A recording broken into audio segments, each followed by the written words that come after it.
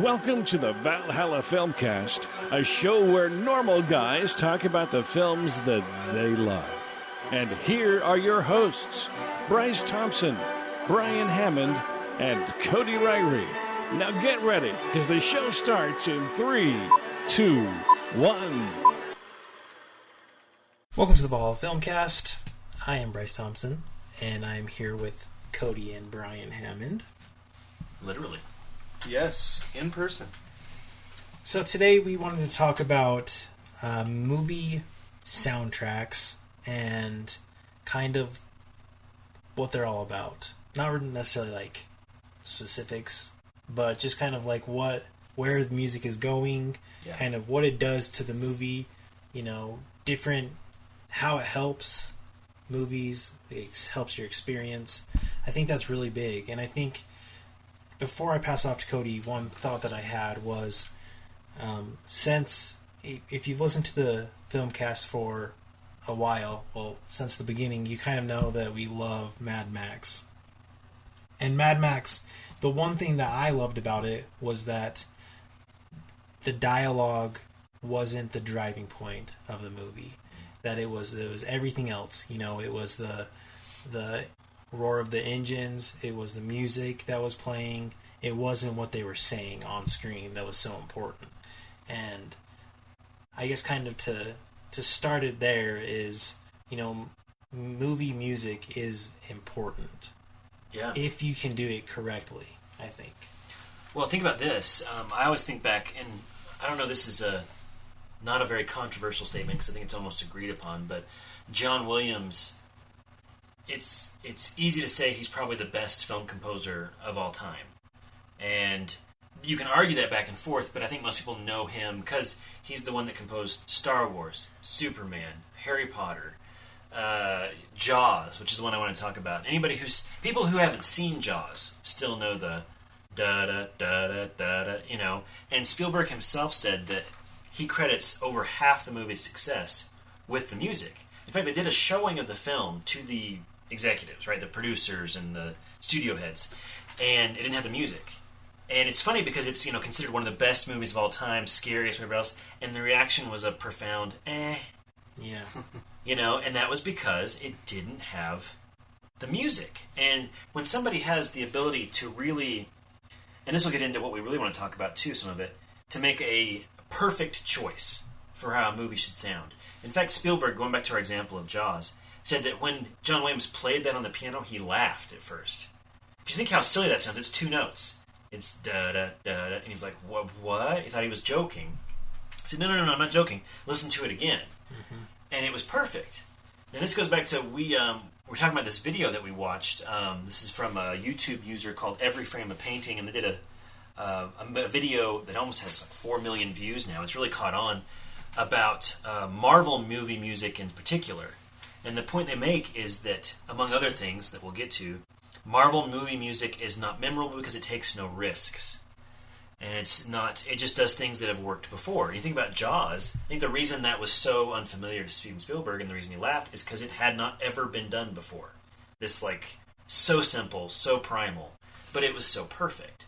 So the point they make in that video is you have to take risks when you score a film. So I kind of want to talk to you two and all this. What are our favorite movie scores, and do they fit into this category of making bold choices, or maybe they don't? Maybe we can talk about that. But what are some of your favorite film scores? I think before we go to favorites, because that's a hard question for me to answer, but like popular ones would be like Star Wars. The most popular, I would argue. I mean, yeah. Whenever you think hey, what's a movie song? Everyone's gonna name the song. I think Jurassic Park, when they first see the dinosaurs. Again, John Williams. Yeah. It's like, oh yeah, it gets stuck in your head. And this isn't just going to movie music. This is music in general. Mm-hmm. It's like a good song or anything when it gets stuck in your head. Even if you hate the song, it's good when it's in your brain and you're like, oh my gosh, I hate this song. Something neurologically responds to that sequence of notes. Yeah. And so that's how you can know. And all those songs, they're from a movie. I mean, it's not like you're listening to it on the radio every other day. It's from a movie. You listen to it for that time period of Maybe the you movie. heard that theme 6 or 7 times throughout Yeah. the movie. Is that fair? Probably. Yeah. But it's so, I guess, formed so well, written so well that it just sticks in your brain and it burrows deep down and you can't get it out. So that's your criteria for something you think is a good Yeah. music, is if Yeah. subconsciously something latches on. Yeah, I think and I mean that can be like horrible songs. I mean, one song that I think that people are like way sick of would be like Carly Rae Jepsen's "Call Me Maybe." I mean, it gets stuck in your brain, and you're just like humming it along, and you're like, "What am I doing?" Like, stop. Well, that reminds me of Titanic. The song from Exactly. Titanic. Even as a kid, I was like, stop, please. Yes, exactly. For the You know love. what that term's called when it gets stuck in here? There's a No. word for it. Really? Okay. Yeah, it's called an earworm. Yes, Really? I've heard Yeah. that. Yeah. So I wanted to talk a little bit about why soundtracks and music and film is so important to me, because I come kind of from a little bit different background, not necessarily from you, but maybe from some of our listeners. Okay, so I grew up, in the 80s and 90s, before the advent of the internet, before the advent of, all these different things that is just immediate consumption, And so oftentimes when I go to a movie, the only thing that I could walk away with would be the soundtrack. I could go to the store, and those would come out 2 weeks before the films, oftentimes. Oh. And so you weren't constantly bombarded by trailers on TVs. It's different than it is today. On the internet, things pop up, advertisements that you don't even click on, that you hear themes and stuff too. And so back then, you'd wait years for these home video releases before you could see them again, oftentimes. And so I'd go to the store, I'd pick up the soundtrack, and that'd be like the souvenir that I'd have for that film until you could see it in the video store or rent it or whatever. And so I really grew a real affinity and love for soundtracks because of that reason. And so besides all the whole, it's intricate to the film, which it is. There's lots of videos out there that shows examples of films with and without the soundtrack, and it's the difference is so Essential.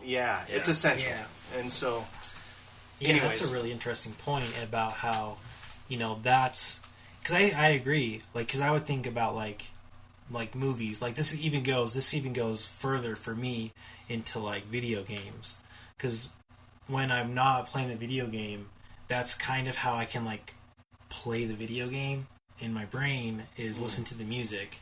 And I think there's a 12-step group for that. But yeah, go ahead. I mean, it's probably true, but that's kind of how you can because with video games, it's very important to making you get into the game.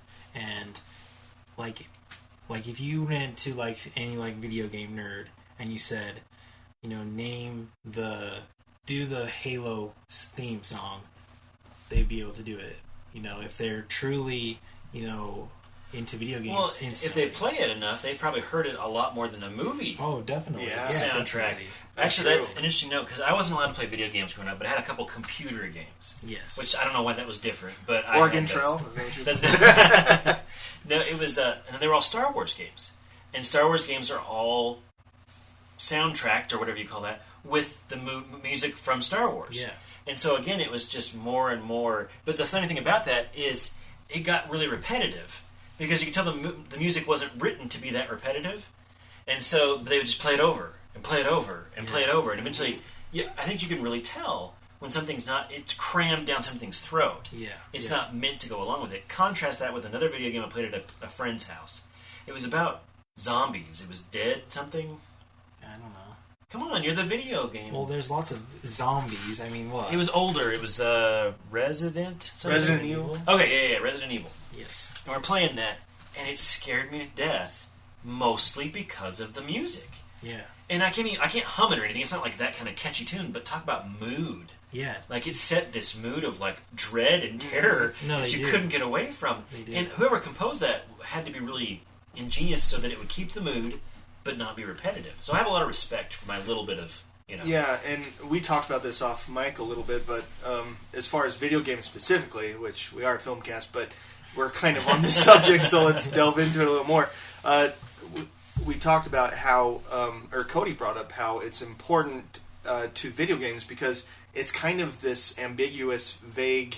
They have to write for any given scene, and there are cutscenes and things that the music changes completely, but it kind of has to be this kind of general kind of for all scenarios because you never know what's going to be happening. Well, also with you have your step by step, level by level games, but it's getting even more to where they're open world. You you go wherever. So the music has to will be changing. It's like Fallout. I think the Fallout games have great soundtracks. They're all very interesting. But you could be walking and the music will change, and that's like an instant cue. Okay, I'm gonna die. It's tipping you off that something's gonna happen. Yeah, and so you're like, really? Okay, That's interesting. I'm gonna die, and this is bad. Because and it's like that initial thing because your brain is okay. So in the program of the game, if you do something or get close to something, it can trigger a change in the music. Well, yeah. So let's say you get close to an enemy, the music will change to get more intense. So the guy has to write music for getting close to enemy, fighting enemy. It's whatever else. It's probably it's the same. That kind of what makes your brain trigger, but all that kind of stuff. And it's really that's tough though because a composer in a film. He sees all the events that lead up to that. Yeah. And he can do all the events that lead up to that, and a composer in a video game just has to do it. It stands alone. It's an episode. Yeah, and so, there's, different... of course, there's always levels and different things, but as you go throughout the game, your music is changing to, where you are, in the world at that time, and, what's going on in the world, and all that kind of stuff. I was just going to say, you guys got to throw out your favorite video games. Can I throw out mine?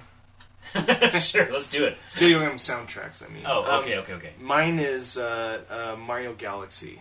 Now, it's kind of unique because it's orchestrated with a real orchestra. Yeah. Really? And the effect, and the effect that it has while you're playing it, it's so epic and grandiose for the universe that you're playing within. It really is an incredible experience. Because I remember it's not that. Which that is. That's classic. But classic. And I think that's we're diving way deep into the composing world of video game music because it's so specific and you can't they talk in that video you have temp music. Yes, that's not going to work in a video games. Yeah, but going back to what we originally talked about, movies. Mm-hmm. It's also really important to the film to have a good movie. If it's needed, I can see watching a movie without music. I don't think it's going to be as No Country for Old Men is a good example. Yeah, exactly. It has about 3 or 4 minutes of very hardly recognizable music. And it works. That wouldn't work for every single film, but for that film. Well, that movie was designed to be without a score from the very beginning. Yeah. So. And never mind. Well, I wanted to get back to. I never heard your favorite film scores. We heard your video game, but I was curious to hear your favorite film scores. So, we've talked about this a little bit, but the scores are so essential and critical to the film that each different scene has to portray a different mood, a different feeling, and you may have a film that you remember the theme to, but maybe the soundtrack isn't quite, up to snuff. The theme's great, but the soundtrack kind of falls flat, or they're kind of not. They're not mutual. Forgettable is another thing. Or forgettable. So there's different subjects. We got musicals. I don't know if we throw those out. So I've got a lot of clarifications, I guess, to go through. Should we just start throwing out some of our favorite ones? Go. Okay, West Side Story.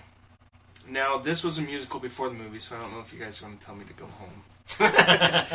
But I listen to that at least on a monthly basis. Really? I'll pull it up. Yeah, absolutely. Because it's so great. The jazz elements that Bernstein used in that. I think the only one I know is the da da da da da da da da the Hispanic one. Yeah, that's good. But sorry. Okay, go ahead. No, that's the least. No, I'm just kidding. It's all good. But so yeah, I guess because it's interesting because musicals, they're not about mood so much. You know what I'm saying? Like film scores when they're not a musical are really, really almost always about mood. Yeah. Especially in scary films, but in other ones too. In Shawshank Redemption, I think about the flowing violins that make you feel that redemption. You know, but musicals, they stop the film to have a song. And I haven't seen a ton of them, but all the ones I've seen, the music in a musical is almost always about character. Yeah. Which I think differentiates it from film scores, which are almost always about emotion and mood. I don't know. I agree with you, like 99%. And that 1%, the exception to that rule, is West Side Story, which is one of the reasons why I enjoy it. Each song does plant a different mood. You've got the dance hall scene. There's multiple pieces that don't have any lyrics whatsoever. And so it really sets the stage to... it's the best adaptation of Romeo and Juliet as well. I love it. That's my favorite. I'm just throwing it out there. But... So, anyways, I think that you're right, though. I think musicals, it is different. I mean, especially the older musicals, they don't even, sometimes it's almost clunky. Like, it's doesn't even go along with the film. And so, but I think that's an exception to the rule. The other exception I'm going to throw out there is Moulin Rouge. And this is one of your favorites, Cody, but, right? I like it a lot, yeah. Yeah. I do, yeah. Not the film, but I mean... Well, okay. So why I like it, I guess, is because it's like a mashup of songs that are so eclectic. From, I mean, you've got David Bowie, you've got Nirvana. They're for all crying kind out of loud. changed, though, Sound right? of Music, yeah. But that's what makes it so original and creative. Is that it's just kind of arranged to fit the film, and the style is very unique and original. And that's one. And there's only 3 original songs on that album. The rest of it is all, previously used. Yeah, previously used, or So well, keep your mind on that because I want to do a section on using previously used music, whether it's rock or Stanley Kubrick or any of those things. But before we get there, I want to talk about a couple of my favorites really quick, and I can't go anywhere without mentioning Braveheart. Yes. Yeah, I was gonna mention that. Braveheart. Okay. It's just so. I mean, without the music, it wouldn't be half the movie. No. I mean, it takes you on the ride with him, and I mean, it kind of feels like he's this. Don't let me forget, but I just thought of something. Okay. It's crucial to the movie, but. With Braveheart, it kind of takes you on this ride, and you're going along with him, and the way the music just will change. Yes. When the moment that I think of every time, and I mean the movie because it's so critical, but when they're married at the point, she's walking down and the disgusting guard takes her, it's like boom, you're like, oh gosh, the music just changes. It hits like a minor key there or something. Yes, and you're like, oh, this is bad. And then when you see him ride up on the horse after, and the whole thing's done with a flute in that one, which is I think a brave choice. It gives me chills because you wouldn't think about that, but it carries out time, and the flute makes you kind of think of her, which is the impetus for the scene, but also doesn't get rid of the suspense. Just for me, that soundtrack, I do always think about Star Wars and Jaws and the John Williams ones, but if we're going to get away from the big themes, sure, because I can't hum anything from Braveheart. Yeah, I don't know it. But, it definitely. But it's still one of the best film scores of all time because it's something that really, really does bold, surprising things. Uses a lot of period and location appropriate instruments. There's a lot of bagpipe in it and stuff like that. And I also think about the very end of the film, which again uses drums in an interesting way. But when he's actually, is this a spoiler? It was like 20 years ago. If you haven't seen Braveheart, please pause. All right, when he gets dismembered and whatever else, you could have gone with a very a dread-inducing score, right? To make him, but they don't do that at all. it's because it's not. It's for him. It's not a scary moment. He's terrified. Don't get me wrong. Oh yeah, I mean, But he's gonna die, the music comments on his total devotion to his ideals, to freedom, over all that. Well, and it that's makes what the him- music's saying. I guess, to me, the music makes him a hero. Yes, very You know? yeah. The music is what makes him a hero. It doesn't show you his dread on the inside of gonna die. It shows you what he is portraying outside. Like if he had like an aura about him, that's the music, like blasting out to like all the people. That's you a know? really unique example to use, because if they had used, something that was more dread and sad, it would be a completely different. It would be a downer. The taste in your mouth would be like, he was Yeah. weak, he fell, and instead you have this majestic, heroic Triumph. Yeah. And kind of like, this has always been a bummer to me, but the real guy from Braveheart, I can't remember his name right now. William Wallace. The real William Wallace, like, because I looked him up and was like, is he real? And they're kind of saying that he's more like the Bruce. It's kind of what he was mostly probably really like, which is so like disheartening. That's what movies are for. Movies are to correct things the way they should have been in history. But like, like Inglourious Bastards. That's right, exactly. but with that movie, the music makes him a hero. And like when he falls down and he sees the Bruce, the Bruce is come done. on. The Yeah. music just like takes you there, and it puts you in his shoes right there, and your heart just like explodes in sadness. Well, I wanted to comment on the end again, because at the end of the film, this is called My wife has a degree in music, so I learned some things through that. But she talked about a term called, I think it's leitmotif, and it was started by a guy named Wagner. I don't know how to say it right. Wagner. Okay, I'm looking at Brian because his wife's super musical as well. Anyway, you give a character a theme. And every time that character shows up, they get a theme. Star Wars does it a ton. Well, Braveheart does it a little bit, because at the very end when he's dying, he starts to see his wife again. And that flute comes back. That we heard at the beginning, and we heard whatever else. And that flute builds into his triumph, but it's done by single instruments. And then when he dies, and it goes to the battlefield, then that theme builds into lots and lots of instruments. Yeah. So what is that music doing? It's telling the story of she inspires him, he inspires them, and then they become a group, which leads to the music going just nuts. There's like, it's just 18 bagpipes and, everything else when they finally win their freedom as a group. It's a celebration. Yes, and that music is telling that story Yeah. so well. And that was James Horner, who died a little over a year ago in a plane crash. Damn it. Anyway, and he was one of the most... And I heard a show on the radio about him the other day. And his last score was to The Magnificent Seven, which just came out Again. this last a little bit ago. Anyway, he talked about... This is something we want to talk about because it was in this video, The Marvel Symphonic Universe. He had stopped doing film scores. He said he was going to go back to classical music. And he actually had a concert a couple years ago that premiered some of his original music because he was sick and tired of being told to copy temp music. Yeah, it's so sad. I mean, because you look at movies, and one thing that they talk about is, Marvel music doesn't really do anything. Like, you can take it out and the movie plays fine, and you don't notice it. But when you notice a song, and that's another thing we need to emphasize, is yes, you have your memorable music, but that doesn't mean that if it's not memorable, like Braveheart, That it's not working. that it's not perfect. Because I also think of, like, when I think of movies, I think of Black Hawk Down. Like, Black Hawk Down's music really did it well. Like, at the beginning, you have, like, the kind of music that... It's like ethnic from that area. it's from the area of, like, Black Somalia. where it took place. And it really works. It really works really well. It sets, what's going on. And it helps you, get into the movie kind of... I don't know if you can understand, what's, like...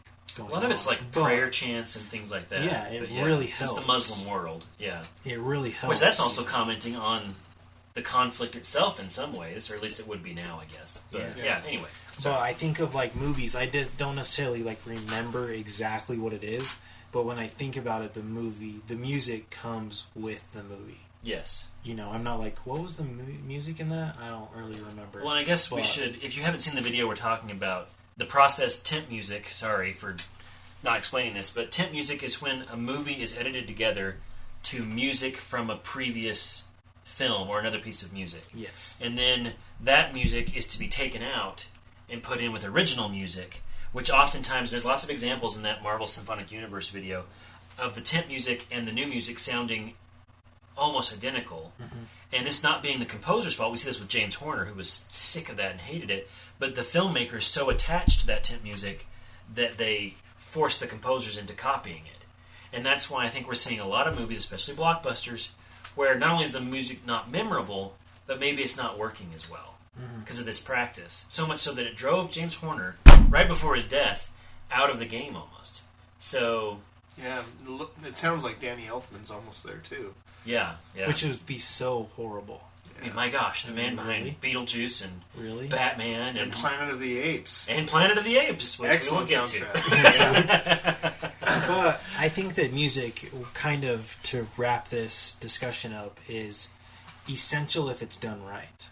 Well, there's one thing I want to talk about first before we wrap up. Sorry. Yes, no, you're good. And that is, I think that this practice of temp music, using other music, it can work if it's not temp music. If you mean to keep it. Does that make sense? Sure, yeah. So Stanley Kubrick did this all the freaking time. 2001: A Space Odyssey, there is no original music in 2001: A Space Odyssey. It is all picked, not from last year's Marvel movie, but it's all picked from classical film scores, and he edits to that.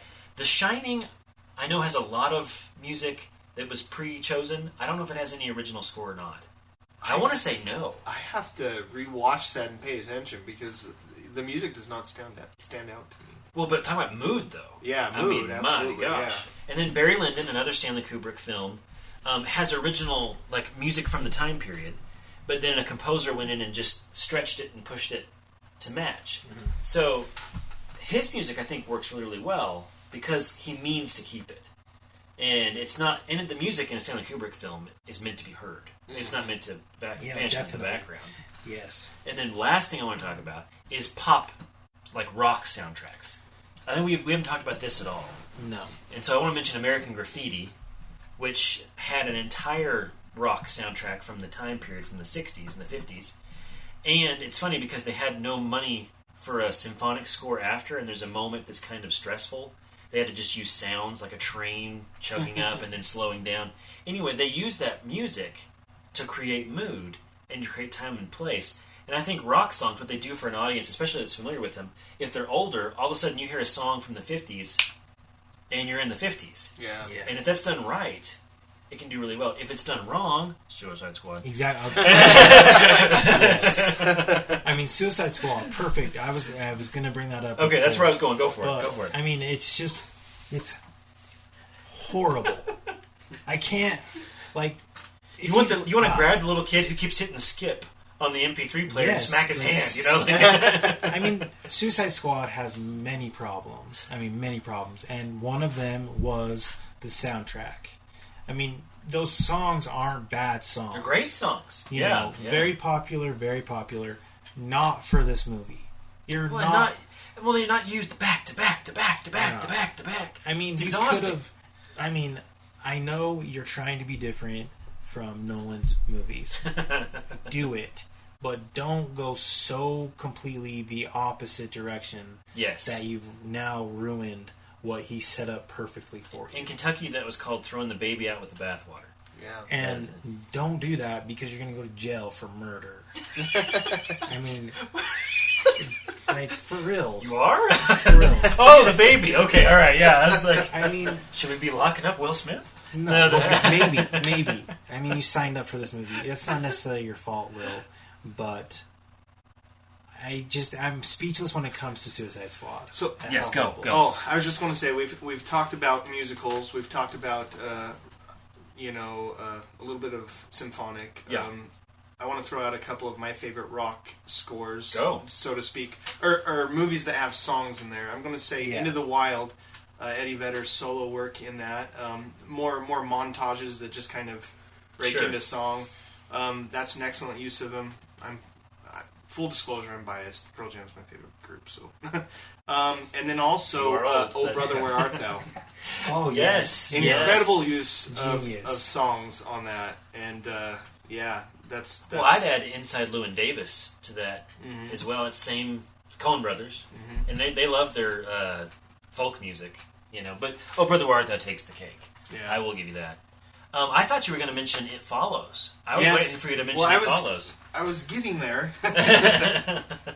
Now, this is totally cheating, but you have to mention Hard Day's Night when you're talking about the soundtracks. Beatles. I mean, Yes, it's cheating, 100% cheating, because, they made the music and it, the Beatles. that's the point, right? But that's what makes it a great movie, is because of the music and how they did it. And it gets that movie, Hard Day's Night, is so artsy.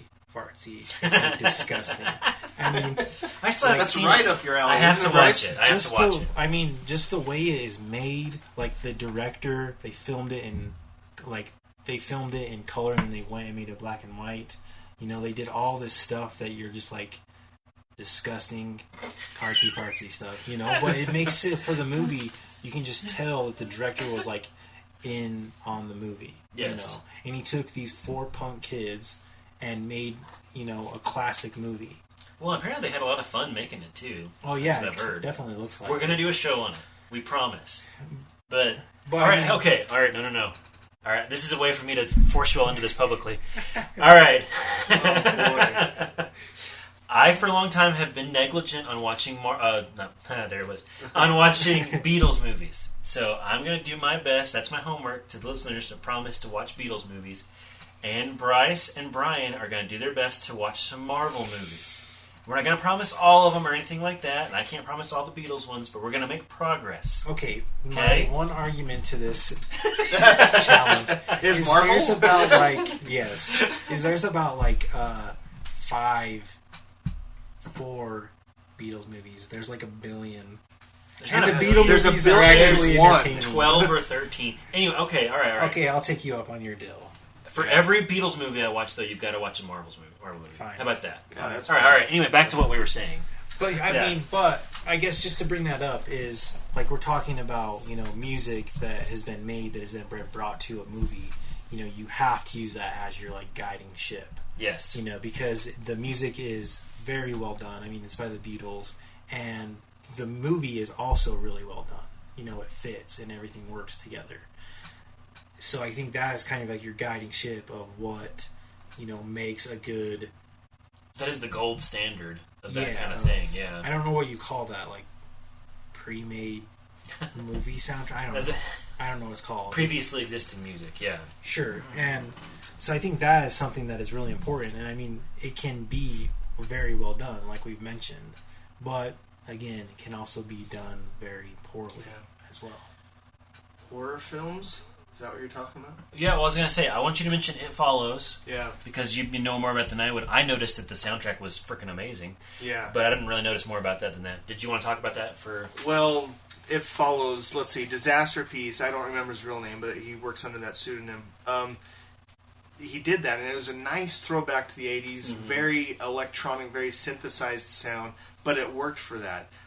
We had talked about in that movie how, I haven't been that scared since I watched Halloween, Again, da-da-da-da-da-da-da-da-da-da. But it was in the same vein, and I think they really, really pulled from those 80s, slasher films and it was just perfect. It lent itself perfect to the movie.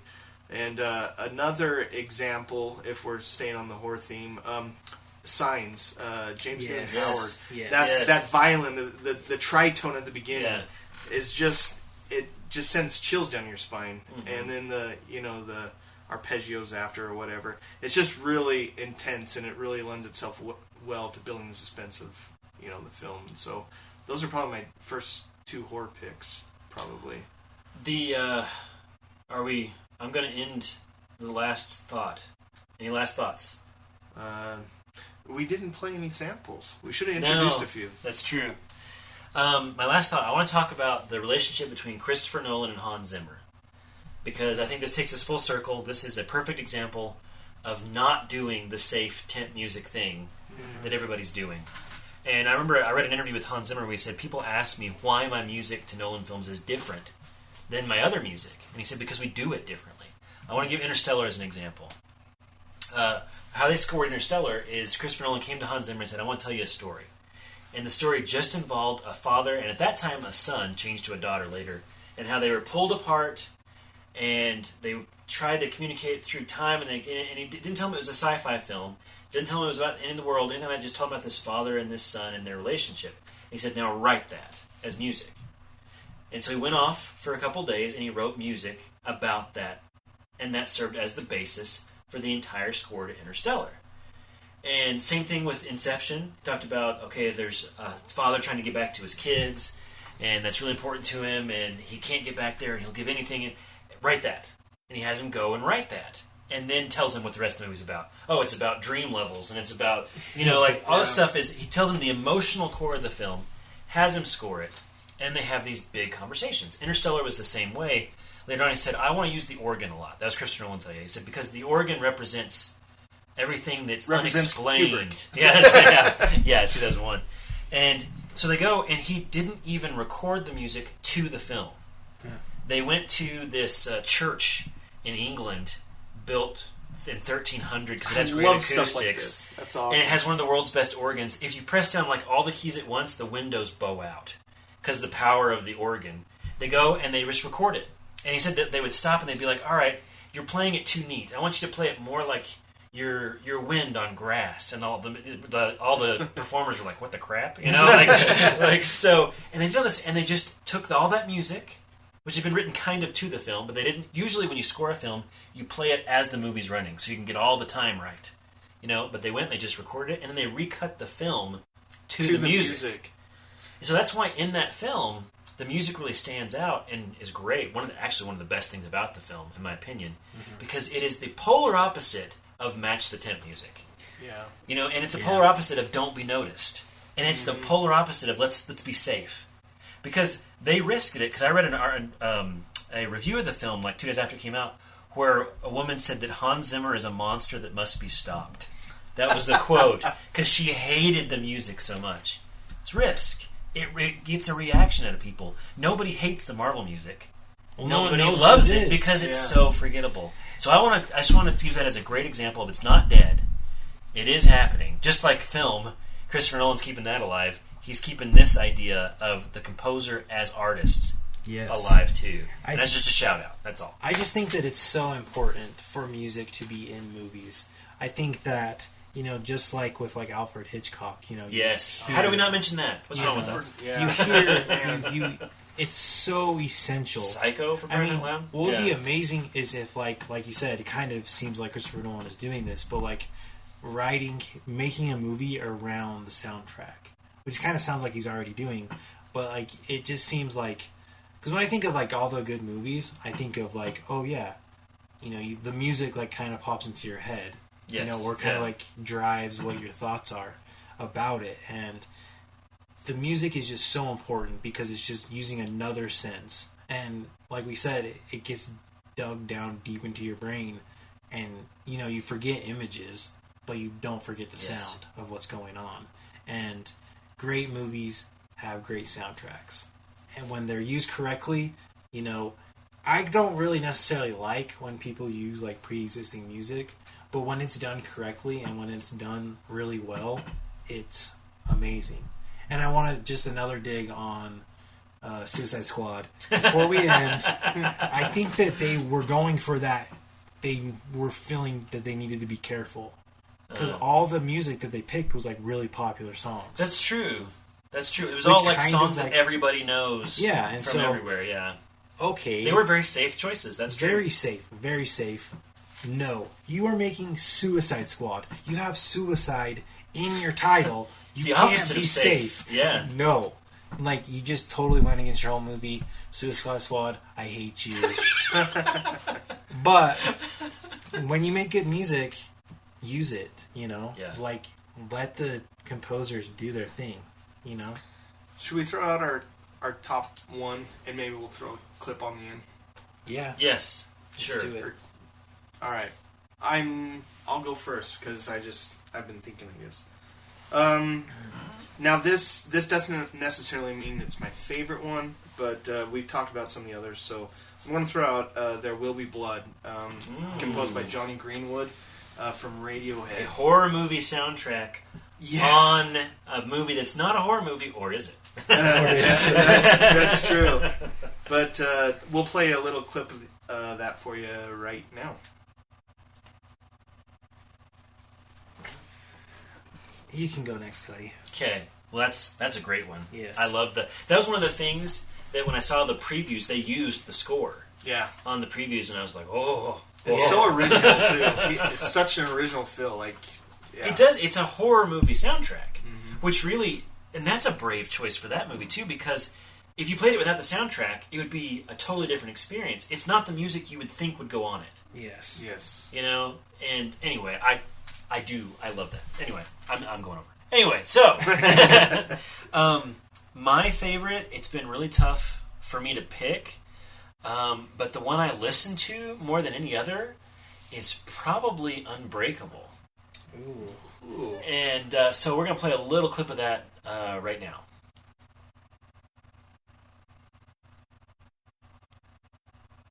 Okay, so yeah, the reason I like this is talk about bold choices. And the clip we played is, you'd think, listen to that, that's this beautiful scene of something serene. In reality, it's Bruce Willis choking a guy to death. And the reason it plays that is because it's playing the emotional truth that Bruce Willis has finally found his purpose. And this is what he's been looking for his entire life, and here it is, and it's so beautiful, and it works so perfect, and it's so not what you would expect. And James Horner actually wrote a lot of that music before the film was made, again. Nice. Because it was supposed to be a singular thing. And so it's not like one you point to like Star Wars, and I do love Star Wars, but talk about telling a story. I love to listen to it separate from the movie too. It's got to be Unbreakable. That's James Newton Howard, by the way. Ooh. Oh, You're up. You this can is mention hard. something we've already talked about. That's fine. I guess before, this isn't my favorite, but I have to throw this in there. But Saving Private Ryan's soundtrack Oh, dude. is Yes. key So many to good the ones. movie. It's key to the movie. Well, can we say it's key that they don't use music during the D-Day landing either? Yeah, There I mean, is no how- music over the D-Day landing. It's Yeah, not. that's one thing we haven't touched on, is the lack of music when it's used artistically. Yeah. Yes. But when they do, like, when I think of Saving Private Ryan, you think of the beginning music and the end music. Well, and for me, when the music comes in after the D-Day attack, Yeah. they look out over and you just see bodies and Yes, and blood, and it's so- that's when the music comes in, and it's more of a hymn, almost. You know, they're not jacking up the action to make it more exciting. It's horrifying. They're using it for emotion. Yeah, that's a great one. I can't believe we didn't think of that. John Williams, again. Sorry. My stall didn't last long enough. I would have to say, this is going to be really cheesy, but I would say Mad Max. This is perfect. I just think Mad Max, like I said at the beginning, it's just essential to the movie. And what's very interesting to me, what I find fascinating, is on the new bundle that's coming out. Yeah, that's what I was going to is- say. It's great we're talking about Is this. George Miller, his like ideal way to watch the movie is like no sound and black and white. With the music or not with the music? With the No music. Yeah, with The music. orchestral. Yeah, Yeah, with no the music. dialogue. So it's just No the dialogue. music. No Yes. dialogue. I wonder if you No keep it in the dialogue. truck sounds and stuff, and the car sounds. I think there are sound effects. I think You have to, right? It's so key to That's the movie. weird. I don't know how I'd even picture that. No, It's- it is. I think it's an isolated score with including the soundtrack, Interesting.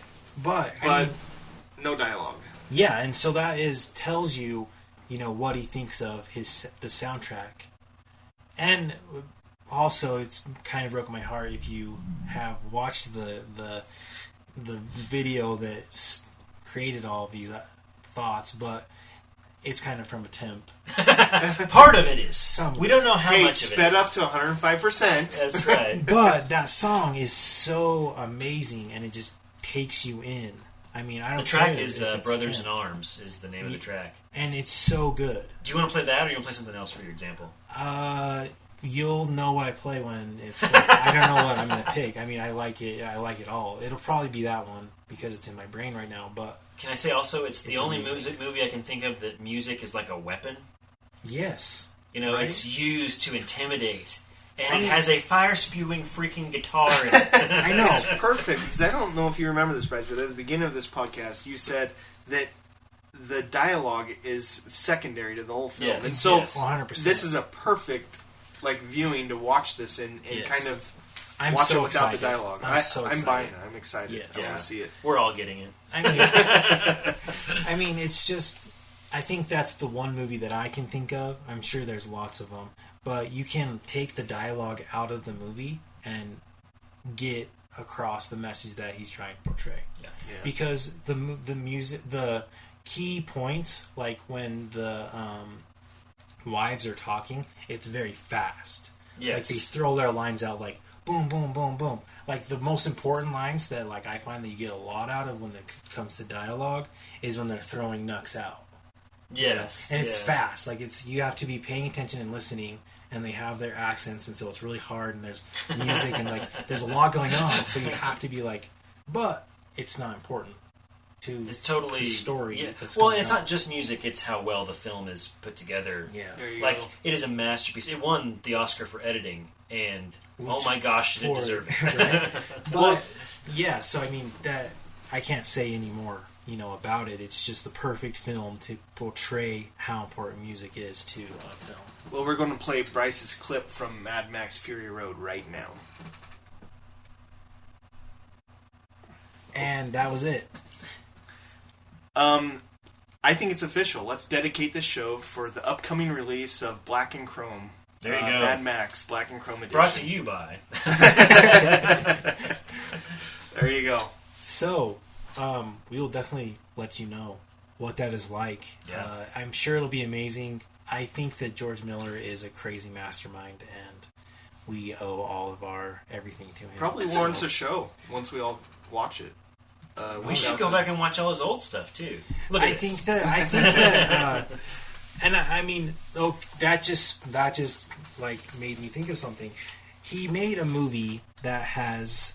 I did not know this before I watched Mad Max Fury Road, but he's made a movie that has scarred me deeply, and that movie is Babe. Well, he didn't direct it. No, but He he's produced it. he's yeah. he He made part Pig, of he it. directed Pig in the City. And that's the one that has deeply, deeply scarred me. Okay, Like, okay, so it is him. for Yeah. real.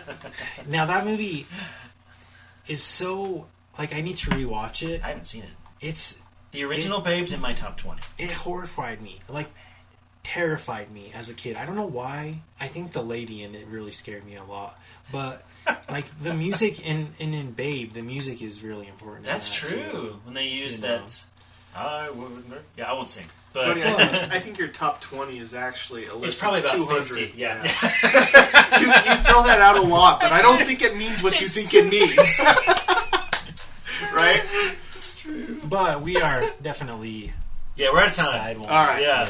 Yeah. So yeah, definitely pay attention to the music in movies, and let us know what your favorites are. Let us know what movie music has changed your life, Yes. because it definitely can. So, this has been the Vol Filmcast. I am Bryce Thompson. I'm Brian Hammond. And I'm Cody Rowdy.